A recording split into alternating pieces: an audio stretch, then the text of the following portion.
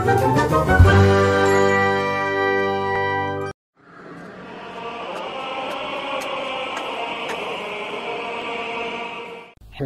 welcome bos. Selamat datang di All New Skill Tutorial. Kali ini kita akan mencari tahu bagaimana spesifikasi komputer atau laptop untuk seorang desainer. Karena sebelum kita menggunakan aplikasi tersebut, perlu diketahui seberapa besar spesifikasi komputer atau laptop yang bisa untuk menjalankan aplikasi tersebut. Percuma kita nanti membeli komputer atau laptop tetapi ternyata tidak bisa menjalankan aplikasi yang kita butuhkan. Oke, langsung saja bos, kita cari tahu melalui browsing ya.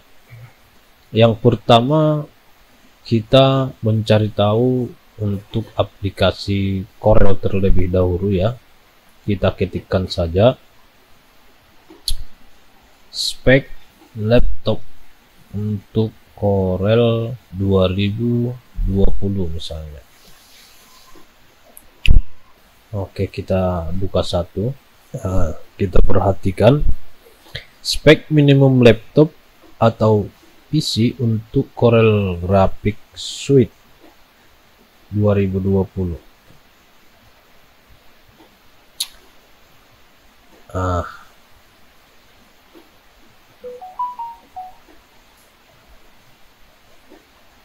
Dia harus menginstal Microsoft Windows 10 ya. 8 bisa, Windows 7 bisa, 32 bit atau 64 bit bisa, Intel Core i3 ya. Jadi nanti kalau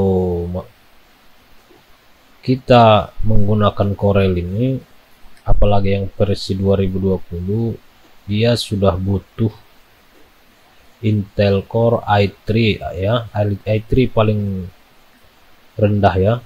Maka kita harus mencari komputer yang sudah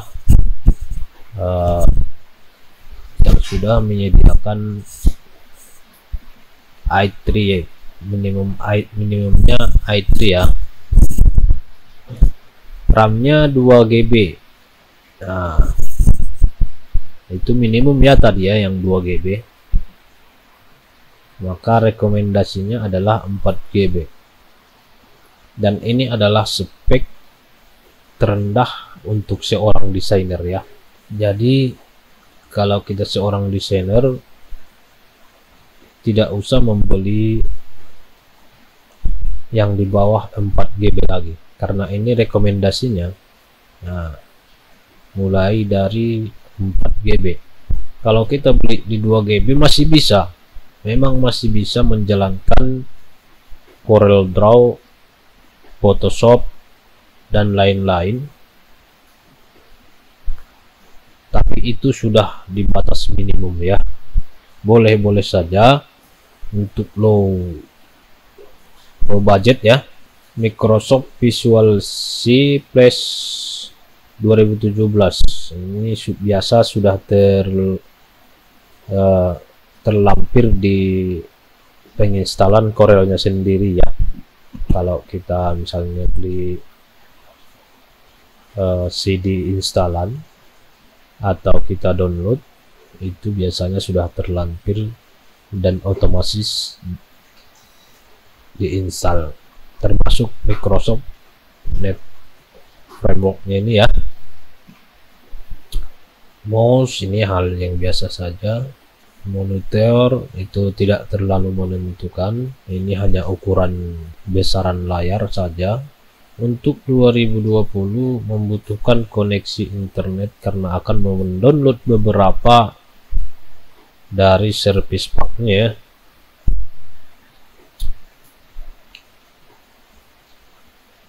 Kemudian Photoshop CS misalnya. Di sini dia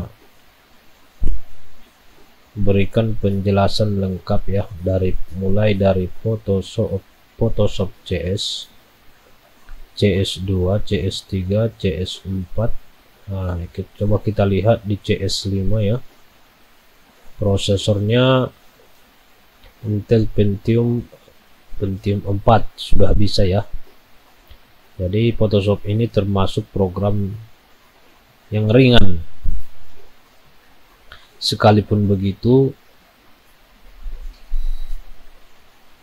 karena seorang desainer biasanya akan menjalankan atau memakai aplikasi lebih dari satu, maka tidak dianjurkan untuk menggunakan satu RAM ini ya. Memang di sini ditampilkan boleh menggunakan itu yang paling terkecil 1 GB RAM-nya, sedangkan prosesornya Intel Pentium 4. Oke, kalau kita membeli komputer atau laptop dengan RAM 2 GB, itu berarti kita sudah bisa memakai Photoshop dan Corel ya. Oke, kita lanjutkan lagi ke AutoCAD 2015 misalnya.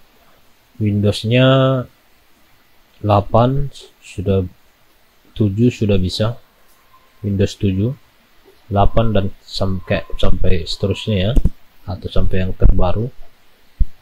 Sedangkan prosesornya 32 bit Intel Pentium 4.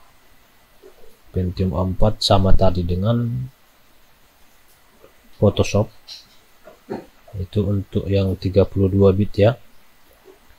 Dual core, ini malah dual core ya. Sudah bisa memakai AutoCAD. Nah, untuk yang 64 bit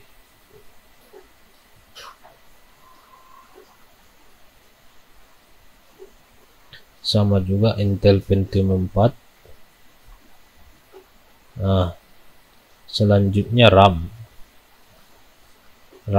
minimumnya itu 2 GB, sedangkan yang direkomendasikan untuk AutoCAD itu adalah 8 GB. Kenapa dia membutuhkan space RAM yang besar? Karena AutoCAD ini sudah support 3D ya. Dalam pembuatan 3D membutuhkan dapur pacu dan RAM yang mumpuni.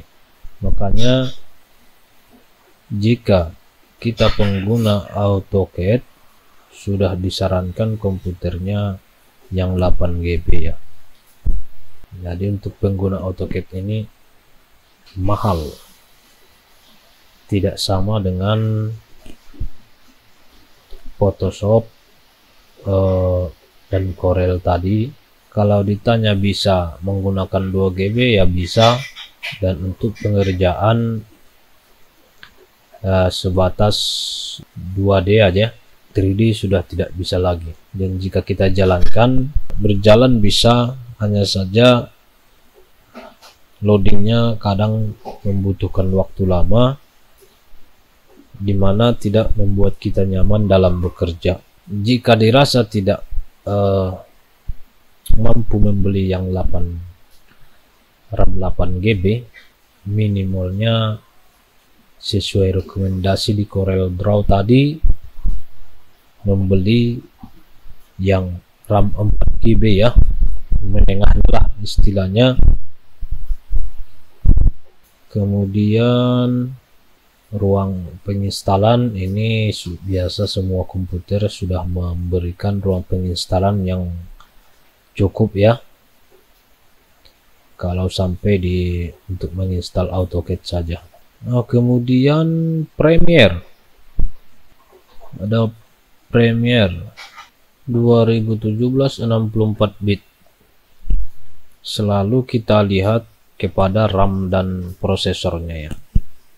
Nah, di sini sudah membutuhkan yang 8 GB ya. Jadi ini termasuk aplikasi yang berat, keluaran edap ya. Kalau Photoshop tadi yang sama keluaran edap juga hanya membutuhkan 1 GB RAM-nya, sementara untuk editing video dia membutuhkan yang 8 GB ya. Dan untuk rekomendasi dia membutuhkan 16 GB. Jadi untuk menjadi seorang editor video membutuhkan duit yang banyak ya. Kemudian pada aplikasi Inventor, Windowsnya yang 64 bit ya. Jadi tidak disarankan menggunakan yang 32 bit. Maka untuk seorang desainer, untuk pemakaian komputernya, maka di saat membeli, maka kita minta untuk menginstalkan atau kita install sendiri Windows versi 64 bit ya, karena semua aplikasi bisa menggunakannya. Sedangkan yang 32 bit, contohnya di Inventor ini sudah tidak disarankan menggunakan yang 32 bit lagi. Oke, prosesornya sendiri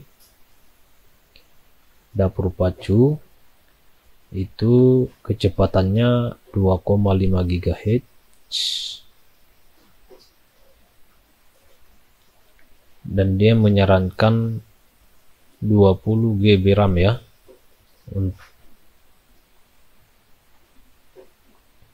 Itu yang disarankan untuk pengguna Inventor. Kenapa dia menggunakan besar RAM? Karena dia fokus pada pembuatan pengerjaan 3D ya. Inventor ini fokus pada 3D, pembuatan objek-objek 3D yang dimana membutuhkan penyimpanan tenaga yang besar, sedangkan minimumnya itu sudah bisa RAM 8 GB ya. Nah ini RAM 8 GB menurut pengalaman saya itu sudah bisa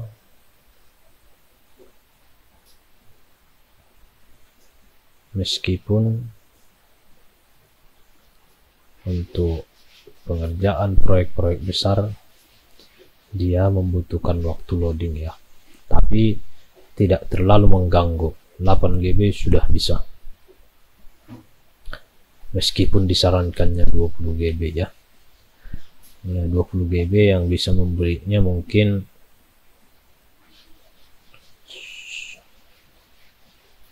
sudah mempunyai gaji 20 juta juga ya.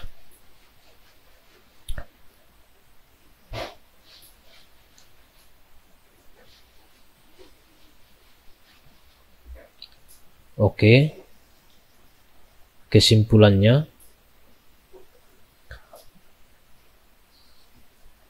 untuk seorang desainer perlu atau disarankan membeli komputer atau laptop dengan spesifikasi RAM 8 GB ya untuk Windows. Disarankan membeli yang 8 GB, membeli yang 8 GB dengan prosesor pendukung yang setara ya. Maksudnya yang setara kalau RAM-nya 8 GB, maka prosesornya kekuatannya pun setara 8 GB juga ya. Jangan prosesornya nanti kalau sudah 8 GB masih memakai i3 misalnya, ya sama saja sama lemah juga ya. Kalau sudah 8 GB disarankan yang paling kecil itu adalah i5. Oke, mungkin sudah bisa mempertimbangkan hal pembelian laptop atau komputer untuk seorang pengguna aplikasi-aplikasi desain ya. Oke, perjumpaan kali ini sekian dulu, semoga bermanfaat ya. Terima kasih. Oke bos, sekian dulu. Mohon maaf jika ada yang salah. Sampai jumpa di pertemuan berikutnya.